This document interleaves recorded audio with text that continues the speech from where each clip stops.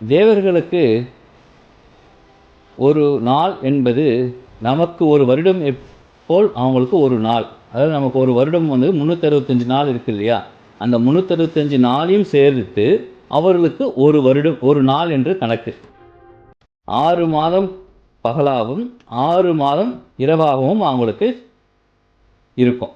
அப்படி இருக்கும்போது நம்ம தினசரி வீட்டில் மாலை நேரத்தில் பூஜை அறையில் விளக்கேற்றி சாமியை வந்து வழிபடுவோம்.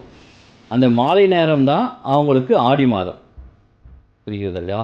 அந்த எப்படி வீட்டில் 6 மணிக்கு வந்து விளக்கேற்றி நம்ம பூஜை செய்கிறோமோ, அதுபோல் தேவர்கள் அனைவர்களும் 6 மணி, அதாவது ஆடி மாதத்தில் தான் அவளுக்கு 6 மணி என்று சொல்லியிருந்தேன். அந்த ஆடி மாதம் தெய்வத்தை வழிபடுவார்கள்.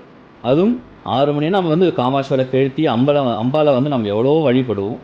அதாவது ஆடி மாதத்துக்கு அம்பாளுடைய மகிமை ஃபுல்லாக இருக்குது, அதோடைய அருள் கிடைக்கும் அப்படின்றதுக்காகவே தேவர்கள் மாலை 6 மணியான ஆடி மாதத்தை அம்பாலை வழிபடுவாங்க. அதாலவே ஆடி மாதம் நமக்கு சிறப்பாக அமைக்கிறது. இப்போ நம்ம ஆன்மீக ரீதியாக வந்து ஆடி மாதத்துடைய சிறப்பு என்னென்னு சொல்லிட்டு பார்த்தோம்.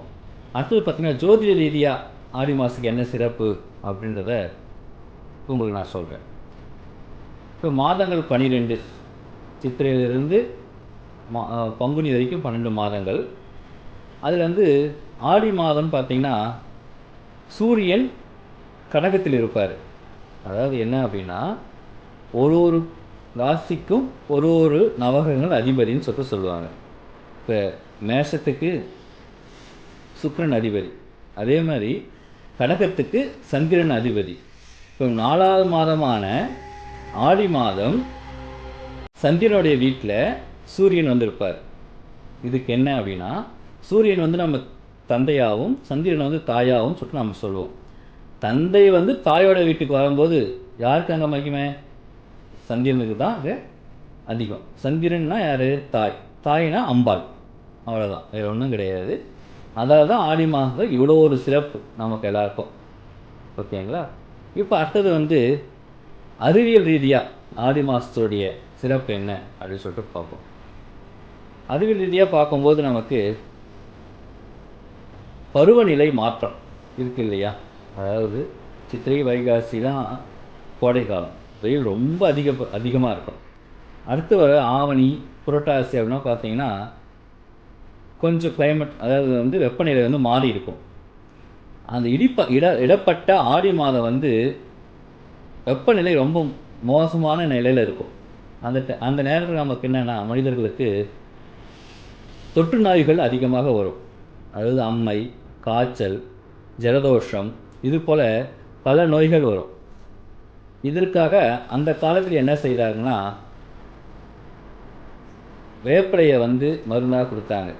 மஞ்சளை வந்து நாம் அதிகமாக பயன்படுத்தினோம். அந்த காலத்தில் கூழை வந்து அதிகமாக குடித்தாங்க. ஆகையால் இதெல்லாம் செய்யும்போது நமக்கு வந்து அந்த எதிர்ப்பு சக்திகள் அதிகமாக வரும். ஆனால் இப்போ இருக்க நிலைமையில் இது யாரும் அதிகபட்சமாக எடுத்துக்கிறது இல்லை. அதால தான் அந்த காலத்திலேயே ஆடி மாதம் வந்து கூழ் வார்த்தல், வேப்பிலையை வீட்டில் கட்டுறது, மஞ்சளை வந்து அதிகமாக வந்து பயன்படுத்துறது. மஞ்சள் நீராடுன்னு சொல்லுவாங்க இல்லையா? சுவாமி ஊர்வலம் வந்ததுக்கப்புறம் மஞ்சள் நீராடு. அதனால் மஞ்சள்லாம் கிருமி நாசினி, அதிகமான கிருமி நாசினி வந்து மஞ்சள்.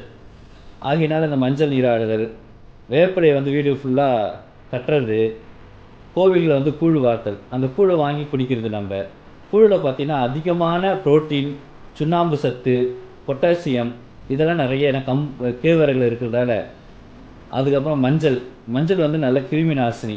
ஸோ இதெல்லாம் வந்து நம்ம எடுத்துக்கிறதால நமக்குள்ளே இருக்க தொற்று நோய்கள், காய்ச்சல், ஜலதோஷம் இது எல்லாமே நமக்கு நிவர்த்தியாகுது. வேப்பிலையும் நல்ல ஒரு சிறந்த மருந்து. இது டைம், அதாவது ஆடி மாதம் வேப்பிலைகள் அதிகமாக பயன்படுத்துவாங்க. நிலவேம்பு கஷாயம்னு சொல்லிட்டு நிறையா பயன்படுத்தாங்க எல்லாரும்.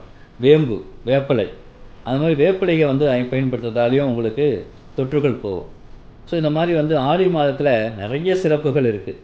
ஆன்மீக ரீதியாகவும் இருக்குது, ஜோதிட ரீதியாகவும் இருக்குது, அறிவியல் ரீதியாகவும் நம்ம இருக்குது.